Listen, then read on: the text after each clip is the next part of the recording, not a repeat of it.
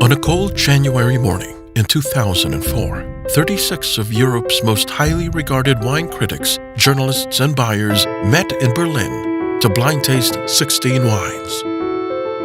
Eduardo Chadwick, owner and president of the Chilean winery Viña Errázuriz, organized the Berlin tasting and seminar with a simple yet powerful objective.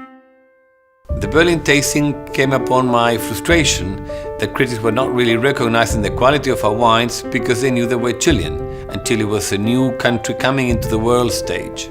So the idea was to have a blind format where they could concentrate on their senses and really evaluate our quality for what it was.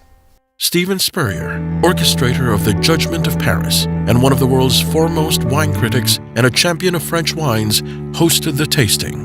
When I first heard that from Eduardo that he was going to do a comparative blind tasting with his icon wines against the top wines from Bordeaux in Italy, I thought he was being very brave. The event started with a technical seminar presenting two Chilean terroirs, Aconcagua and Maipo, in the context of the world's most renowned appellations.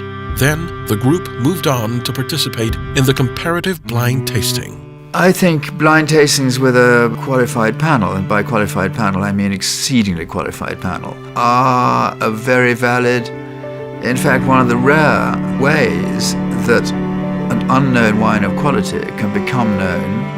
The wines were selected from Bordeaux and Tuscany's legendary millennial vintage, most of which had been awarded an immaculate score of 100 points by wine critic Robert Parker. 3 of Chile's finest wines were selected: Don Maximiano, the tradition and heritage of Viña Errázuriz; Sena, Chile's first icon wine; and Viñedo Chadwick, a tribute to Don Alfonso Chadwick Errázuriz. The wines were carefully served, without revealing the labels.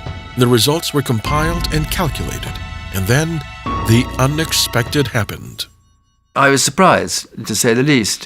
When Eduardo knew that he'd got a wine in the top 5, he relaxed visibly. He turned to me and said, "That's nice."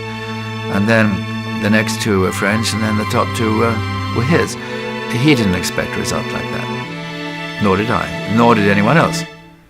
From Berlin, this unique experience was recreated in the wine capitals of the world, setting out to test the ultimate standards of quality for an icon wine, consistency, and aging potential.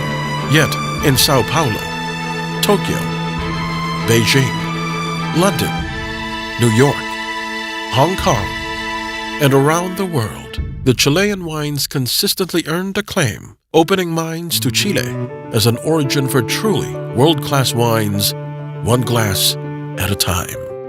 The Berlin tasting, rather like the Paris tasting, can be talked about and talked about and talked about.